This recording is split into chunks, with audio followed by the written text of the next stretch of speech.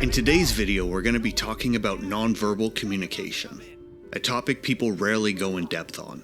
If I was to dive right into how it's done before explaining its reasoning, I would not fault you for mistaking this concept for something we do just to feel cool about ourselves. But nonverbal communication is something you feel intuitively as you practice it more and more, and it naturally increases the amount and the speed at which you can process data. Now you may naturally ask me, how is waving my arms around and making funny signals with my buddy going to increase the amount of information I can process? In order for us to understand this better, I would like to give you an example. Now rest assured, I'm not going to turn this into a silly video full of jokes, but think about the speed at which you are able to process the information in your brain and arrive at what the joke is. And then, imagine if I was to tell you this joke using language. How long would it take for me to deliver this joke? And how much effort would I have to put into constructing it in order for it to have the same impact?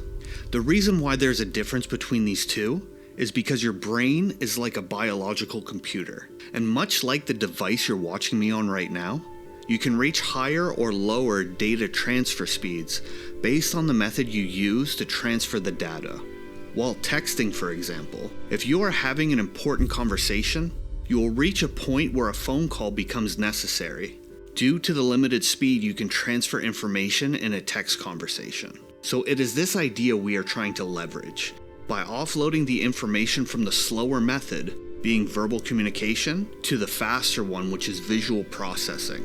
This implies that once you are aware of the visual cues and practiced in how they are used, you will be able to look around a room and understand who is doing what and what needs to be done at the same speed you are able to process the meme from earlier.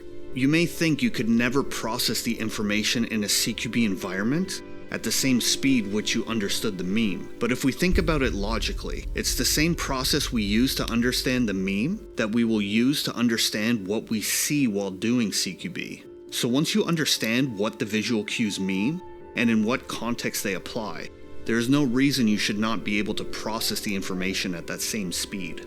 This is why I say at this level of CQB, it's the difference between going to a new country and learning the language, or memorizing a couple phrases so I can order a coffee or find the washroom. And that's not to dig at any other methodology or approach. I'm simply stating the case for the fluidity and flexibility of a clearance method which relies on cues to transfer information in the moments where messages need to be conveyed in milliseconds rather than seconds.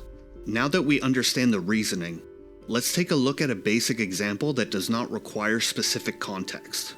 In my videos, you will often see myself or others holding their guns in what is called the high ready, like this. While this does serve the purpose of keeping our guns pointed away from teammates, it is also an important nonverbal cue, which is often referred to as checked up. This nonverbal cue is the signal, I literally have nothing to do right now. This clears confusion at a glance, because if someone does have their gun pointed in a direction, we can instantly know that he has something, and then move to support them or give them indication to move in that direction, or whatever that problem they are facing requires us to do.